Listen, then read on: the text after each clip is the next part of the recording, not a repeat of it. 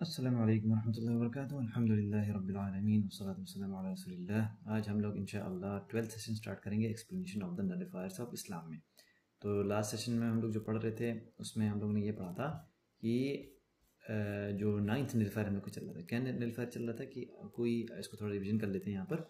जैसे अगर कोई शख्स ये कहता है कि that some people some of the people are allowed to depart from the legislation Muhammad सल्लल्लाहु अलैहि वसल्लम just as Al Khidr departed. हम तो यह बात चल रही थी कि अगर कोई शख्स ये समझता है कि वो ऐसे मर्तबे पे पहुंच गया है कि उसको नमाज की ज़रूरत नहीं है, उसको ज़कात देने की ज़रूरत नहीं है, वो इतने आली दर्जे पहुंच गया है, वो ऐसा गुमान करता है, उसके फॉलोअर्स ऐसे गुमान करते हैं कि हमारे जो बाबा हैं इतने आगे चले गए हैं उनको नमाज की ज़रूरत ही नहीं है, तो ऐसा शख्स बिल्कुल काफिर है। ठीक है, तो इसमें कोई शक की बात नहीं होनी चाहिए। इसी पर डिस्कशन हुआ था। तो इंशाल्लाह आज हम लोग पेज नंबर 85 से इसको उठाएंगे। तो क्योंकि 85 में जो बात स्टार्ट हो रही है इस बहुत इंपॉर्टेंट हदीस से जो है ना स्टार्ट हो रही है, क्योंकि जो मतलब कुछ लोग कहते हैं ना कि खिद्र अलैहिस्सलाम के ऊपर, जो खिद्र अलैहिस्सलाम कौन थे, सूरह कहफ में इनका हम लोग किस्सा पढ़ते हैं, मूसा अलैहिस्सलाम के साथ उनके ऊपर ये था कि उनके ऊपर शरीयत जो मूसा अलैहिस्सलाम थी वो मतलब वो नहीं होती थी, उसकी तदबीक नहीं होती थी, उसका कोई अल्लाह बेहतर जाने।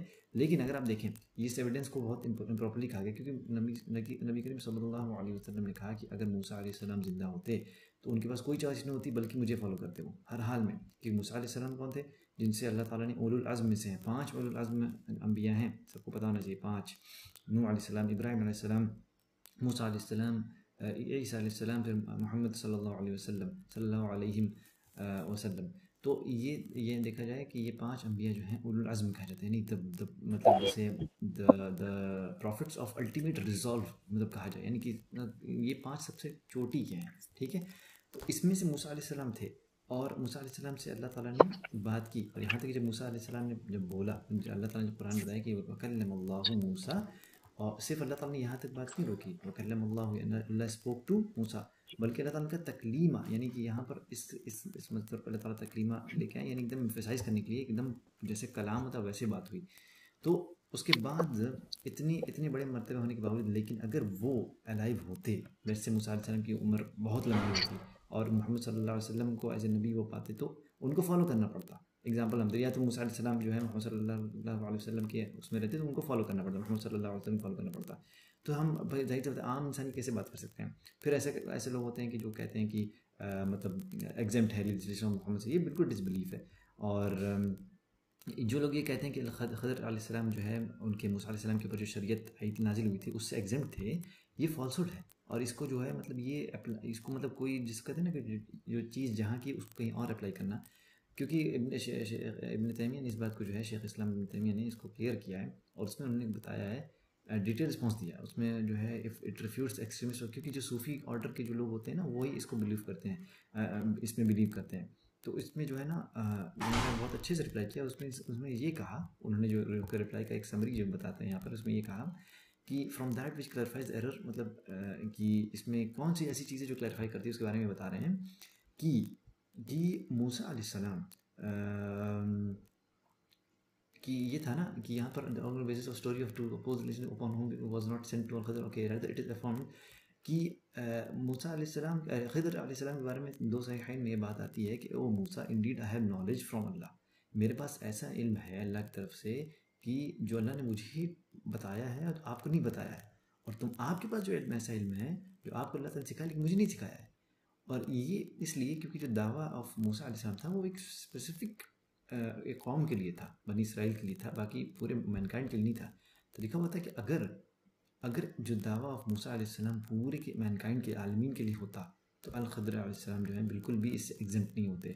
ठीक है, तो इसके बाद से जो नेक्स्ट पे 87 है वो स्टार्ट करें। अगर हमारे साथ नसरुल्लाह है कि नहीं, नसरुल्लाह नहीं अभी आए हैं, ओके, तो इंशाल्लाह उनका हम थोड़ा सा कवर कर देते हैं। तो यहाँ पर जो बात अभी हो रही थी उसमें हम लोग 87 पेज पे आते हैं। ये बात हो रही है कि जैसे कि ऑथेंटिक बुक्स ऑफ नरेशन में अफर्म किया गया है कि प्रॉफिट सल्लल्लाहु अलैहि वसल्लम ने regarding that which Allah favoured, यानी अल्लाह ताला ने फेवर किया है मोहम्मद सल्लल्लाहु अलैहि वसल्लम अदर प्रॉफिट के ऊपर। ठीक है, इसमें जो है अफर्म है ये बात।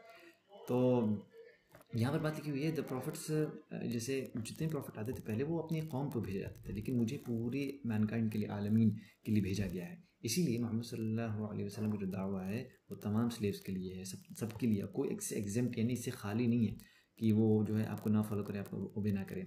और ऐसा नन कैन उस अल्लाह के रसूल सल्लल्लाहु अलैहि वसल्लम की मैसेंजरशिप कोई इनकार करके मतलब रह ही नहीं सकता, वो मुस्लिम रह ही नहीं सकता है कि क्योंकि खिदर अलैहिस्सलाम तो चलो ठीक है, अपने टाइम में वो एग्जाम थे, क्योंकि जाहिर सी बात जैसे कि अभी क्लैरिफाई किया गया कि मूसा अलैहिस्सलाम की जो जो दावत थी वो पूरी दुनिया के लिए नहीं थी, पूरे आलमीन के लिए नहीं थी।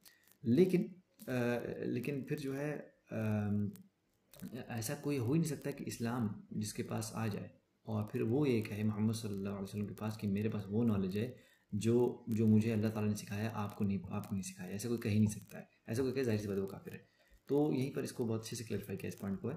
फिर यहाँ पर हम देखते हैं कि शेख इब्न तैमिया शेख इस्लाम फिर कंटिन्यू करते हैं, कहते हैं कि he who deems this to be correct, जो इस बात को सच समझता है या ये सोचता है कि कोई भी क्रिएशन में से और यानी कि जो बहुत बड़े इबादत करने वाले हैं कोई भी, वो मोहम्मद सल्लल्लाहु अलैहि वसल्लम की इस दावत से एग्जेम्प्ट है, यानी उसको अप्लाई नहीं होती, यानी उसके ऊपर कोई शरीयत लागू नहीं होती है। और फिर जो है एंड फॉलोइंग, फिर वो जो है उसको फॉलो भी करता है। ठीक है, ये बहुत इंपॉर्टेंट पॉइंट है। ही हु डीम्स, इससे यहाँ पर फॉलोअर की बात हो रही है।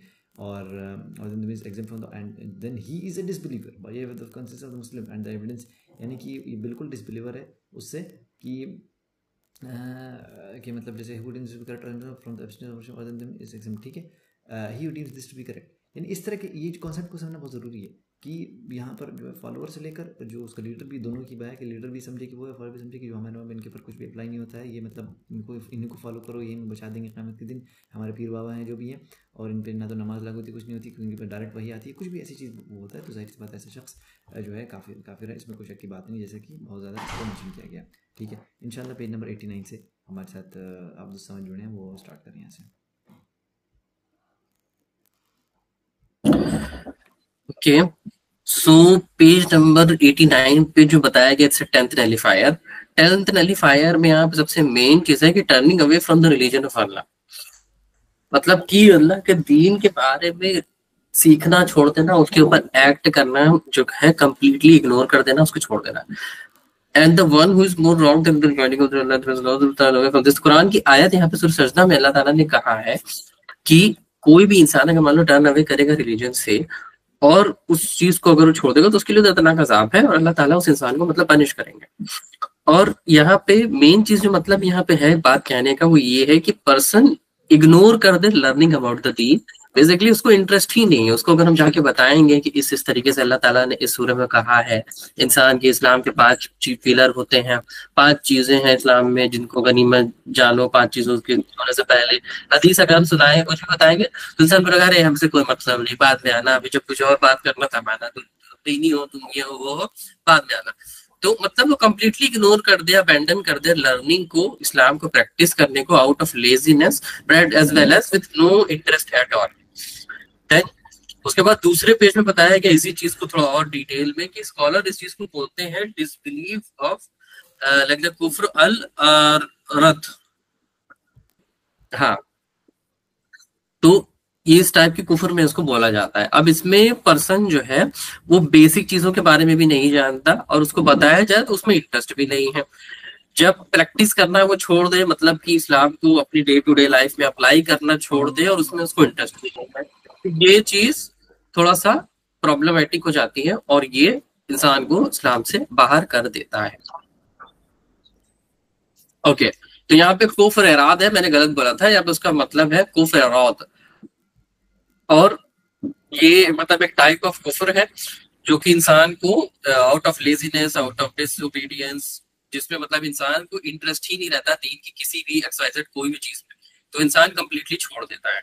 पूरी बात का मतलब कंक्लूजन यही है कि एक्स वाई जेड कोई भी इंसान अगर दीन की किसी चीज को आउट ऑफ लेजीनेस या किसी ड्यूटी की वजह से या किसी चीजों की वजह से बिल्कुल इंटरेस्ट नहीं दिखाता कि अरे चलो बूढ़े होंगे तब हम पढ़ेंगे नमाज, तब ध्यान देंगे, तब सीखेंगे दीन, नहीं, वो फिर इस कैटेगरी में इंसान आ जाएगा जिसको इस्लाम में इंटरेस्ट ही नहीं है, उसको पता ही नहीं है, ना ही उसको परवाह है अल्लाह ताला के बारे में, और उसने मतलब एक तरीके से अबैंडन ही कर दिया, एक तरीके से छोड़ दिया।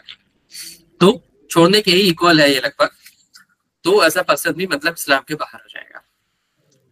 जज़ाकल्लाह खैर। अब जिसका नेक्स्ट है वो कंटिन्यू कर ले। ओके, जज़ाकुमुल्लाह खैर। इंशाल्लाह आज की मीटिंग हम लोग पेज नंबर 90 तक ही रखते हैं। नेक्स्ट सेशन में हम लोग 91 से स्टार्ट करते हैं, क्योंकि पहले नसरुल्लाह का शायद पेज नंबर वो था ठीक है। ओके इंशाल्लाह आज ठीक हम है, लोग अस्सलाम जैसा वालेकुम। कि पता है कि 90 पेज तक ख़त्म होना था। नेक्स्ट सेशन हम लोग इंशाल्लाह 91 पेज से स्टार्ट करेंगे। इसके बाद से बुक में कुछ ही पेजेस बचे हुए हैं। बिइज़्निल्लाह उम्मीद है कि नेक्स्ट वीक की बुक ख़त्म हो जाए। तो जज़ाकुमुल्लाह खैर वीडियो से जुड़ने के लिए, और इसको शेयर भी करें अपने साथियों के साथ। बहुत इंपॉर्टेंट इन्फॉर्मेशन बताई गई है। और अल्लाह ताला हम सबको कुफ्र अराद से बचाए, आमीन। सुब्हानकल्लाहुम्मा व बिहम्दिक, अशहदु अन ला इलाहा इल्ला अंत, अस्तगफिरुका व अतूबु इलैक।